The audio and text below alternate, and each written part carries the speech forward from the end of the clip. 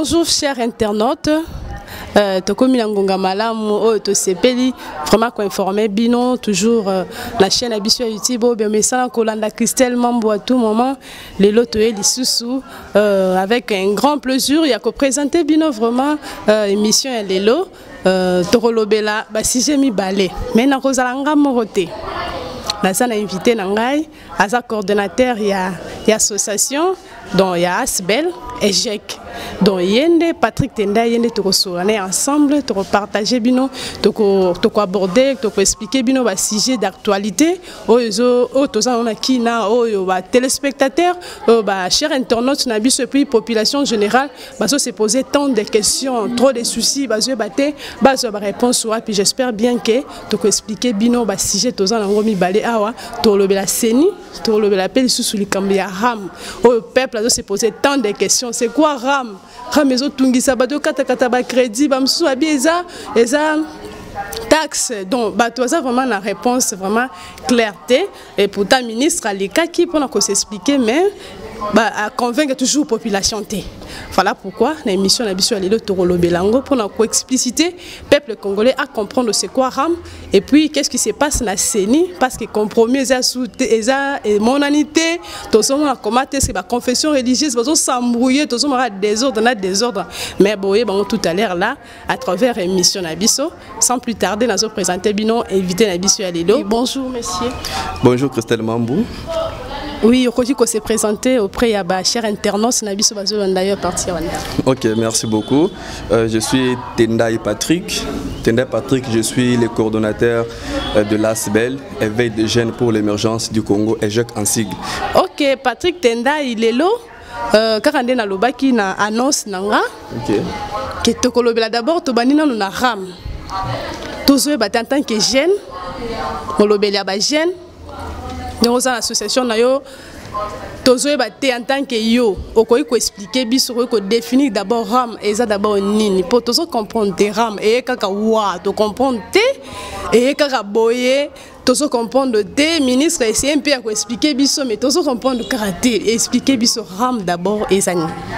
Christelle Mambou, vraiment merci beaucoup de la question. Question mais pour répondre, je vais préférer commencer par les commencements. C'est-à-dire que la taxe, c'est quoi une taxe? Beaucoup de pays qui se sont développés aujourd'hui, grâce à la fiscalité. Dans notre pays, nous devons aussi adopter la même allure. C'est-à-dire que fiscalité, nous avons la fiscalité, nous avons la parafiscalité aussi. Ce que nous devons comprendre, et violer les règles nini. Il y a fiscalité. Lorsqu'on regarde dans un pays, pour que les pays puissent se développer, il y a ce qu'on appelle des ressources. Il faut payer des ressources. Il y a des ressources qui sont financières. Surtout, dans le cadre de l'habitude à RAM, on va parler des ressources financières. Les ressources financières peuvent être ordinaires ou extraordinaires. Lorsqu'on parle des ressources extraordinaires et ordinaires, en fait, c'est-à-dire ce sont des ressources oyo ils ont la compétence ya mboka. Donc mboka ils ont la mesure ya ko mobiliser ba recettes que ça ba fiscalité, impôts, taxes, côté ka ba minerai pe ko ba revenu là ça fait partie maintenant des ressources ordinaires dans un pays. Alors, dans notre pays nous avons des impôts, nous avons des taxes et ça vraiment ébélé makasi. C'est quoi une taxe? Une taxe, c'est une somme perçue après avoir consommé un service public. Un service public, c'est-à-dire que service où l'État a tiré en faveur de la population pour consommer un de taxe. C'est par là même qu'on voit établir une différence entre la taxe et l'impôt. L'impôt est obligatoire, mais la taxe est facultative. Facultative comment? Parce que si je n'utilise pas les services qui est mis à ma disposition, donc mais l'impôt c'est obligatoire pour tout un chacun. Alors, le problème c'est quoi avec les taxes dans notre pays? Et c'est RAM Oyo Koya Oyo. Lorsqu'on parle de la taxe, il y a des particularités. Il y a des caractéristiques de la taxe. Il y a un aspect facultatif et aussi ils appellent la contrepartie. Contrepartie, c'est-à-dire quoi? L'État met en œuvre un service. Si je l'utilise, je paye la taxe. Je paye la taxe, c'est-à-dire que donc je donne mon argent en même temps et dans un autre sens. Maintenant, avec RAM, nous ne savons pas. Et puis, je vais encore ajouter une chose là, en parlant de la taxe, on doit aussi voir quelque chose qui est, en fait, qui est réglementé, c'est-à-dire qui est légal, qui est reconnu par la loi, qui est soutenu par une loi financière. C'est par là qu'on pourra maintenant parler d'une taxe. Alors, Bamemel Bisso, RAM n'est pas ministre. RAM a beaucoup d'incohérences. RAM est à la place dans la montée. Pourquoi? Parce qu'il y a d'abord un soubassement juridique. RAM est à la contrepartie. C'est-à-dire qu'il y a beaucoup de gens. Je n'ai pas utilisé quelque chose. Alors je vais payer la taxe sur base de quoi? Là, c'est vraiment illégal. Ça ne suit pas ni la logique économique ni la logique juridique. C'est-à-dire que taxe et ramouana vraiment ils ont la place dans le lorsque le ministre est venu, mais nous avons suivi avant un certain temps le lobby dans l'Assemblée. Il a dit que non, ce n'est pas une taxe, c'est une rémunération. Maintenant, on se pose des questions. Comment il y a une taxe et comment il y a une rémunération? Or, lorsqu'on parle de la rémunération, on voit une récompense, soit un salaire quelconque. Une récompense, c'est quand? C'est lorsque tu as déjà consommé quelque chose et tu dis non, pour être reconnaissant, je te donne ça. Maintenant, nous, on ne fait absolument rien. Maintenant, la ramouana, c'est c'est ça, moi, c'est que je peux parler concernant Aram na ministre naie et puis na ba conséquences naie au ezomimi la biso na mora na biso. D'accord, merci beaucoup Patrick Tendai. Oui, toi qui auparavant tango rameyaki, ben c'est un peu à convaincre la population en disant qu'ils ont la sécurité, c'est-à-dire ceux qui perdent le téléphone naio à travers RAM au que retrouvons facilement. Madame Christelle Mambo, je peux vous confirmer que ça ce n'est pas une raison valable. Ça ce n'est pas une raison qui peut donner naissance à une taxe. On dit que ceux qui perdent le téléphone, il y a facilité à récupérer le téléphone. Dans quel sens? Donc, ministre, il y a beaucoup de gens qui perdent le téléphone chaque jour. C'est moi récemment, quand je montais vers l'IMT, est-ce que le ministre, ceux qui n'ont pas ministre, est-ce qu'il sera à mesure de me donner le téléphone? Ça, vraiment, c'est l'escroquerie à ciel ouvert. Il faut que la raison soit avancée, qui recourt à Batou. Et puis, il passe, la même question lui a été posée dans l'Assemblée. Alors, le but qui a petit chiffre, il y a téléphone déjà au Baïbaki et puis a eu possibilité à récupérer. Ça, ce sont des mensonges. Comme théâtre dans Makamwambok. Lorsqu'il s'agit de gouverner les pays, on doit distinguer co-diriger pays dans la comédie. Là, il a fait de la comédie dans l'Assemblée. Ça, vraiment, c'est jouer de la population. Mais ceux qui ont raison, mais ils ont que tout le monde Wi-Fi déjà dans l'université, comme déjà. C'est grâce à bon, oui, Christelle, au moins, escroquerie, c'est a raison. A raison. Au moins, si on parle aujourd'hui qui c'est grâce à RAM de bateau foot. Bon, tout ça, la RAM, nani Wi-Fi comme contrepartie, il y a taxe RAM, par exemple. Est-ce que Wi-Fi est déjà implanté partout au pays? Non. Alors, est-ce que dans toutes les provinces de la RDC, dernièrement, j'étais à l'université de Kinshasa pour contrôler réellement si RAM est au salle. Mais les étudiants pleurent, installer le côté. Souvent, il y a ces 2 jours, je suis sûr que Wi-Fi est ça. On se connecter à Wi-Fi, il facile ce qui est ça là.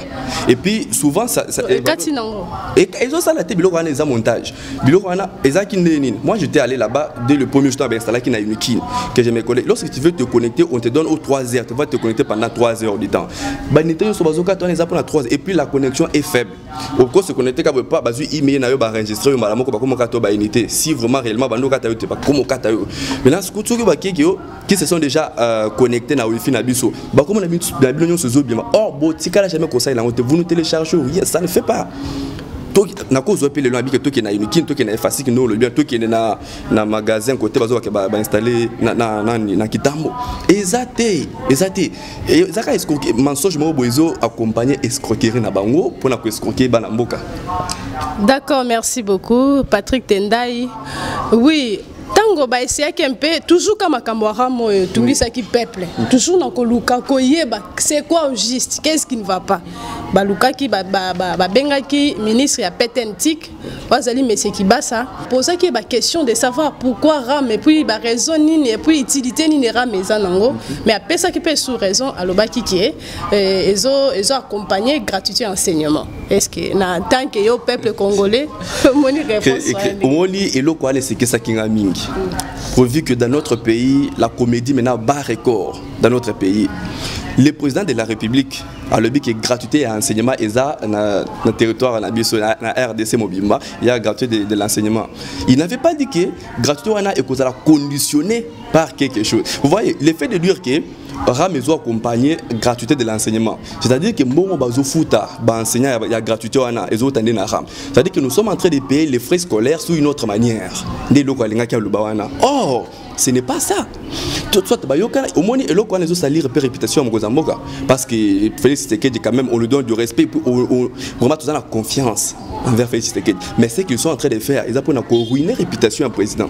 Ce qu'ils sont en train de faire. Alors, le but, ils ont accompagné. Quand c'est légal, ils ont accompagné. Parce que nous savons, pour que l'activité Mogoboya accompagne l'activité Moussous et soutenir l'activité de manière financière. C'est-à-dire que bon, Tabiso, il y a des enseignants. C'est ce qu'on peut dire. Non, je ne suis pas d'accord. Je ne suis pas d'accord avec lui parce que bon, il taxe doit avoir un soubassement juridique. Il y a un soubassement juridique. C'est ça le problème. C'est ça le problème. Au moins, ma taxe est un service moko. C'est là, de Gérard. Déjà, Gérard, il a dit ça de dernièrement qu'il y a eu alors, c'est régi par quelle loi financière? Vol à ciel ouvert, c'est que moi je peux dire. Donc, ça n'a pas soutenu la gratuité de l'enseignement.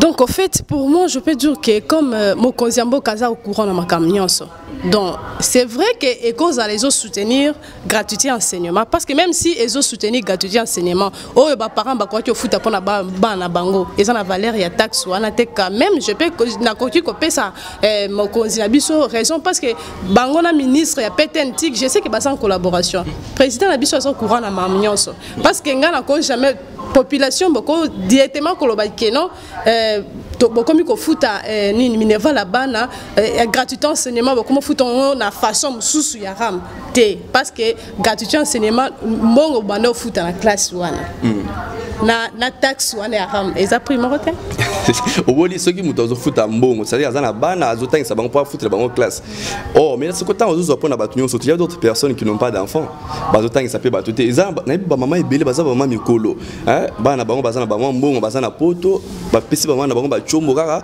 ba simba ba chombo en sorte que bazala en contact alors lorsque une telle maman a chaque opportunité na été abatindeka chombo na ba nosola kaka na bande ko na ce que yo déjà moins $2 na téléphone na je ne suis pas contre les taxes en général parce que le développement ya moka ils ont dépendre de la fiscalité lorsqu'on parle de fiscalité na parafiscalité on va impôt taxe na nyonso wana donc culture wana ya fiscalité nous au Congo on n'a pas cette culture là vraiment donc on pourra lancer cette campagne pour sensibiliser bato pour la culture ya taxe mais pas ram au moins ram et loko na ko ba pona ram ezani procédure utilisée par ram ezadienté et puis conjoncture au moins ceux qui besoin mais c'est le mot il faut botter la conjoncture que nous traversons la pays nabiso d'une manière économique vraiment ezadienté bato bazole là bato bazana passi bato bazolo kata mutoko za bundine toute la journée azota 2000 francs à mon moyen coller na poko ati moi 500 francs na ya achata 25 unités 20 unités bino bokati au moins que population za na passi déjà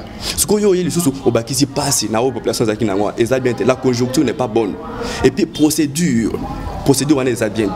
Comment coach déjà il y a beaucoup de taxes que nous payons. Au moins chaque jour nous payons des taxes avec vous. Chaque jour, il y a des taxes qui sont vraiment indirectes. Aux autres sentir vraiment qu'il y a une puissance, il y a taxes. Mais un paquet de biscuits comme ça peut coûter 200 francs. Or, valeur normal les a 50. Maintenant, vu la taxe, où il est qui c'est là, étape, la taxe partout est commis 200 francs. Au moins, on a quand même, bon, ils ont frappé la population.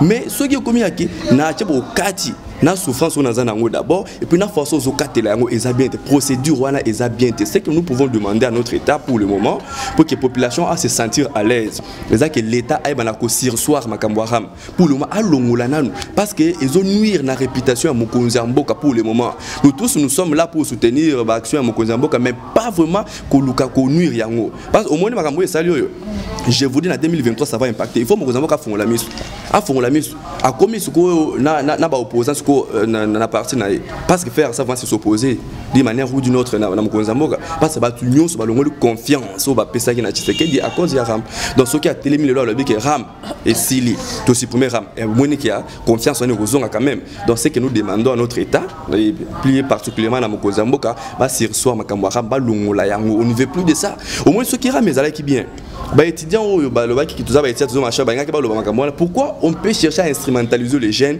qui ba ça la pression que si on supprime le Ram ils sont obligés là on ne pouvait pas faire ça c'est pour dire que ce n'est pas profitable parti et puis des tels jeunes tout le monde était là et ce sont des étudiants de quelle université ils sont basés sur bon j'ai des preuves qui bat ça zumbo $10,000 PC ba étudiants ce sont des étudiants basés à l'université Moroboye tout ça ba recherche to ba déjà batouana alors ils ont fait nani mémo na ba wana que on va sortir parce que les pressions population abandonne là-bas bima ceux qui jouent au jour ne jour là ba signer certificat de décès na baron et puis ils ne sont pas même sortis c'est pour dire que et loko wana ezana ngo bien té parce que ko instrumentaliser ba jeune et puis vous les jeunes au besoin ndabiso na cadre na nga ya coordonnateur ya ba jeune je suis en train de dire aux jeunes, Batika vraiment que se laisser faire. Un jeune place n'a être instrumentalisé dans la fin politique. Tu le fais comme ça, bah gagner ça, toi tu es là, tu es en train d'appauvrir ta population. Ce n'est pas bien. Faut bah jeune bah font la mus, tout bunda pour n'amboka nabiso. C'est tout ce que moi je peux ajouter à concernant Ram. Ok, merci beaucoup, Monsieur Patrick, merci beaucoup. Mais tout le monde bande quoi FCC, bah on peut bah siliki, capo na di kambora moana. Bah que plus loin on le bah que non, en tout cas ministre, il y a peut-être une petite fois démissionné. Est-ce que bah on peut bah na raison bien bah il m'a profité qu'à occasion. Te omoni FCC. Bazana batouté pour le moment. FCC ko bazo comment on récupérer batou. Pour le moment ce que le but tout marché pour na Ram batou soit que FCC. C'est ça qu'ils ont fait. FCC bazana a raison totalement raison dans les Kamwana. Oui moi aussi je peux le dire aussi c'est normal. Ce qui a se justifié bien puis balongole na place wana. Balongole ba mutu mususu. Bon FCC bazana a raison ils n'ont pas tort à ce point là. Non, c'est comme si Mokonzamboka ça au courant dans ma campagne, ça t'a balongoli qui basa. Rame kotika la. Mais président ça au courant dans ma campagne. Président au courant donc. Christian Mambu oyebi que ba institutions sont indépendantes. Les institutions du pays sont indépendantes. Ministre ndengazana zapi na cadre na azo lukaba stratégie pour améliorer aussi ministère naie. Donc wana président tout quoi président na makamona été. C'est lui qui a créé son idée yenda ça. Président zota il a ba wana bi boza ba warrior muto sol ka stratégie. Non, idée ya gratuité enseignement et ça mon discours n'est à l'obaki. Oui. Mais comme ils sont au Ram et ça quoi accompagner, tu vois qu'ils ont sali et au bim ça. Il y a on a le bien qui est et lokoana ils ont sali réputation Mokonzamboka.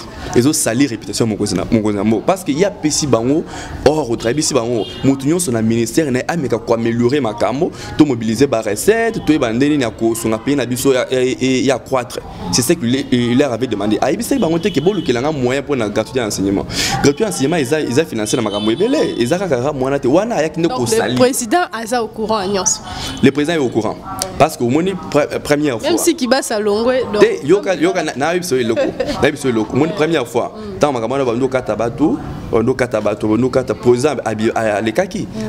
non comme ça c'est pour que alors mais il est quand même là pour le peuple. Le but qui est vraiment slogan le peuple d'abord. Le peuple d'abord bon comme ça c'est pour moi. De toute façon attention qu'ils sont au courant mais le peuple d'abord il a supprimé. D'accord, merci beaucoup. Le quoi Mokonzamboka lingara le peuple d'abord mingi. Donc j'espère bien que Barambara moi calamité président la biso Mokonzamboka a un souci à peuple à ko supprimer ngo. À ko lingate peuple à tout moment en tout cas notre président j'espère que ayebi ayoki mbela ya ba congolais ne bazolola bazolela pona Ram ndeso tungisa bango. En tout cas j'espère bien que Mokonzamboka aura une solution ma camion se tourner aussi là je ne crois pas que Ram et que continuer les sous. Oui chers internautes, quand on a eu binoto na DCG, sujet na biso, Patrick Tendai, coordonnateur à l'EGEC, Ndenge a expliqué comment est-ce que Ram la utilité mon côté. Par contre, comme brouillé congolais, congolais, toiseau les lami, souba ke plus babi ressources souba crédité, remonter na ba méga, remonter na ba réseaux sociaux. Surtout comprendre te finalité il y a ba crédit aux andeni point d'interrogation parce que balingo sont sous ta cause ya Ram. Batumsuba ke plus long balobi que non en tout cas système ya Ram wana eza vraiment escroquerie de tout ça en tout cas peuple a sengi suspension ya Ram peuple a leli a lobby balingi ngote peu importe ba raison oyo mokonzi oyo ministre ya PTNT qui basa a avancer qui peuple a lingi ngote peuple a boy alingi na crédit na été alingi ko katrakate ba crédit ram wana ba avantage na ba désavantage peuple a c'est nini a boy na ye eza bisote peuple ne a boy oui oui chers internautes tous passer na sujet mususu to lobela lelo sujet na biso la CENI Boko na biso epeli moto jusqu'alors candidat ya président na CENI azana noté président okoko bima na kati ya CENI azana noté liboso ba essayer que mpe ya ko désigner Denis Kadima mais bato bazo contester vraiment makasi espèce trouble ba confession religieuse pe ba pesi ba responsabilité mais tout ça moi neti boko kanabino te bozo s'embrouiller et puis jusqu'alors compromis exacté ba jour pe ezokende yango to mona ki en tout cas lelo photo lobela d'abord CENI yango to ye pa tozongi susu na invité na biso Patrick Tenda et pour expliquer biso yebisa biso na CENI eza d'abord nini omoni CENI eza commission électorale nationale indépendante c'est-à-dire que eza indépendante ezo dépendre na mututé ndenge eza wana et loi na biso epesa ki pouvoir na ba confession religieuse bon je peux dire société civile que il faut président ya CENI autande kuna. C'est-à-dire que dans un pays, tous les bateaux basés dans régime, basés dans pouvoir en place, n'a pas opposant. Pas s'opposer contre pouvoir en place. C'est-à-dire que ceux qui botambouli mabé bazo regarder nous. Alors entre bango candidat CENI à Kobima, c'est parce que bango surtout basé dans ambition politique, basé dans politicien. Donc bango bako proposer mututé. Yango constitution la biso le baï que il faut mutuana proposition mutuana et ou taraka na ba confession religieuse. Parce que pour na ba confession religieuse premièrement basé banan basé batata molimo d'abord, pas basé kuna ba père spirituel na biso, on a ba catholique, basé ebele wana. To pesi bango pouvoir wana qui bango ba nous désigner pour que tant élection est ça maboye tout le monde est sur les latés on doit laté que oh muto azaki muto FCC azaki muto IDPS azaki muto kuna to pesi bango pouvoir to bi boluka bino banande ko luka muto bozo proposer biso to pesi bango ba qu'est-ce que nous avons constaté on la confession religieuse baza ebele ba kimbanguste baza ba catholique baza ba to église de réveil baza ba musulman baza donc ebele. D'abord, la divergence, d'abord, il y a religion. Et zawana, la divergence. Parce que les musulmans, les catholiques, jamais orienté. Catholique, tout catholique, le biwi, le bino. Moutou arrivé, le bi, ah, bato basutan wa bato katuso ba bi wanga pe na sala boyete. Moutou catholique pe le bi, ah, le la bisonde ba mère, bisonde église mère, na kondi maté, dodo kamba peut-être à loba. Na kondi maté, moutou kimbango alo. Au moment déjà divergence wana. Jamais ba ko aboutir na solution moko. Déjà la chose, ba ko aboutir na solution mon côté. Ça, c'est ce qui est vrai. Tant on va proposer des candidats, il y avait beaucoup de candidats. Il y avait beaucoup de candidats. Bah éliminer selon les critères. On va checker. Bah confession mon source va s'appuyer sur candidature ya Denis Kadima.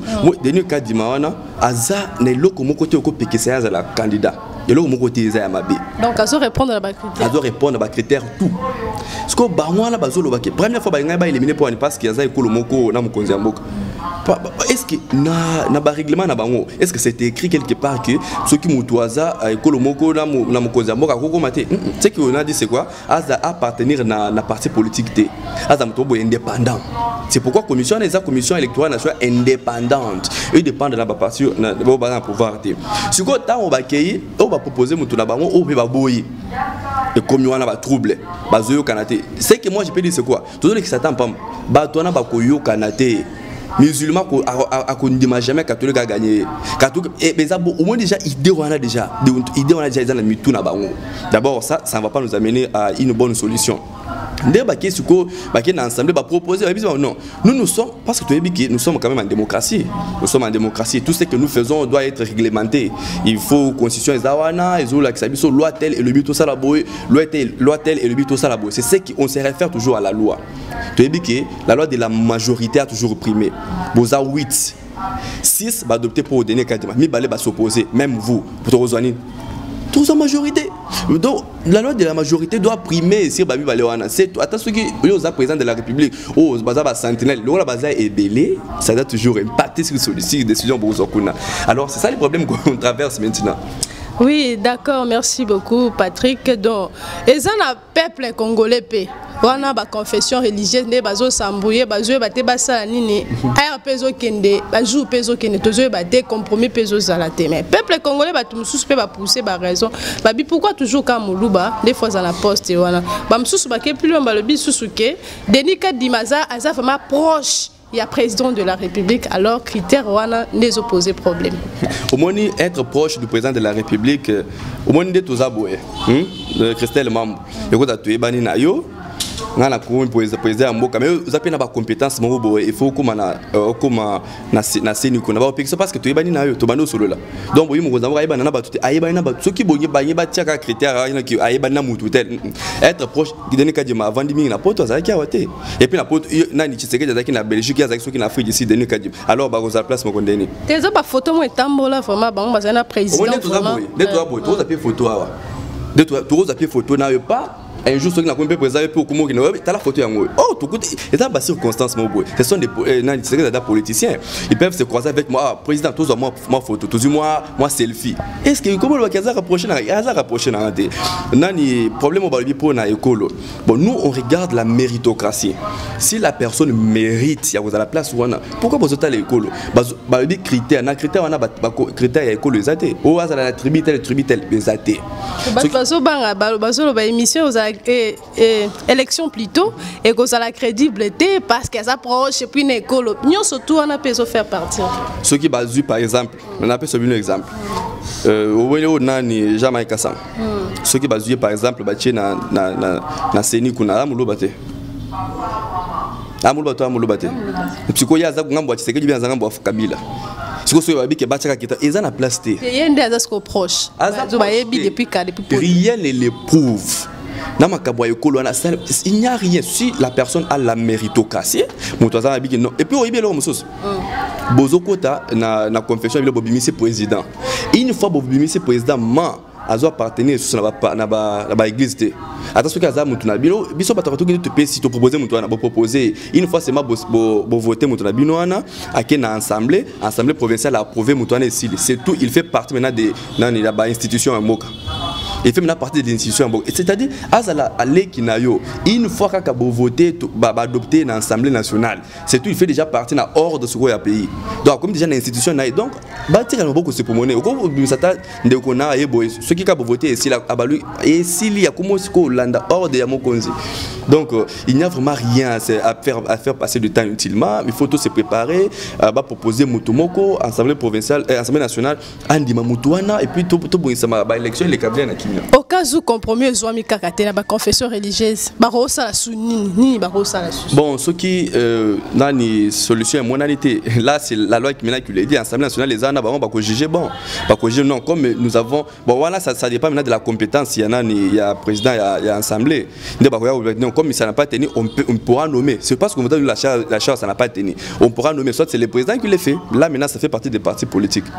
Ok, merci beaucoup chers internautes vraiment comment c'est bolandi biso to ko ende muke pour enregistrer l'émission na biso wana siko mais c'est Patrick Karoyeb c'est mot de la fin par rapport à l'émission Oyo donc synthétiser ka première sujet le deuxième sujet Maloba Souka. Merci beaucoup Christelle Mamna c'est Peliming vraiment qu'on s'est retrouvé à Wanayo pour la Kulubila Makamwe Talimboka. Ce que je peux dire à nos amis ba oni sozo landa biso ba parents na batunyo surtout ezaki ram wana boy attention bo so la kana président sorte bozo boy bisa ba lungola ram wana population balingi yango te population toujours souffrir to ya dollar ezo mata les jours bilo akolia pe ezate ba lungola o na webisa ba jeune ezaka o na lobaki déjà awa ba jeune batika ko se laisser instrumentaliser il faut tout le belamboka jeune ce que ça en parti politique il faut défendre les valeurs que défendre mon côté que défendre Moutouté ne sois jamais fanatique il y a mon parti politique pour dire que comme on lui a touché je vais marcher je vais faire ça non tout tu kawana biso photo le belamboka toi avancer pour que moi na biso et bana ko se développer on a le belamakamwa seni ezaki bon président Mbosso na batuna il faut ba utiliser na sagesse na bango ba entériner kaka décision ou na dodo kamba présenter bango et si c'est la loi de la majorité qui doit primer. Merci. D'accord, merci beaucoup, Monsieur Patrick.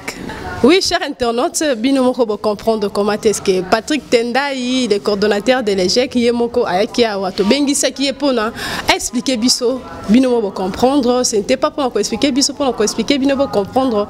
Et c'est quoi le RAM et puis c'est ni pourquoi bah trouble les autres aliments surtout pour comprendre, à expliquer vraiment clairement. En tout cas, peuple congolais et le qu'on a le bezake, en tout cas ministre, il y a pétentique na bah Jean il y a télécommunication.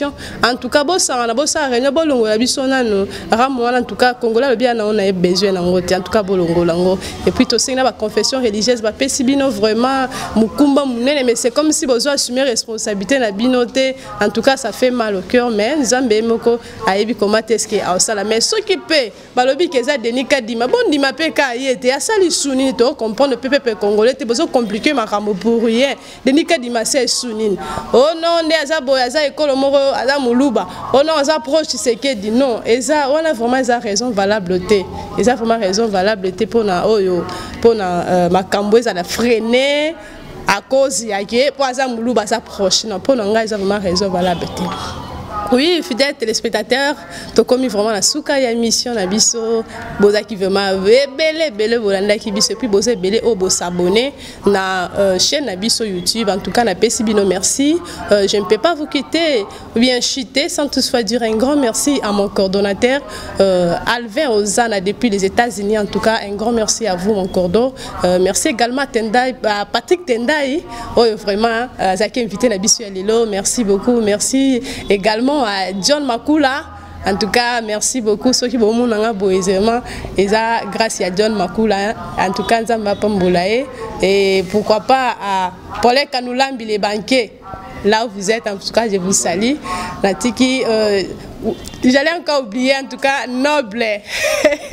Noble Moufouta, les denteurs de notre famille. En tout cas, un grand merci à vous. Parce que vous êtes belé,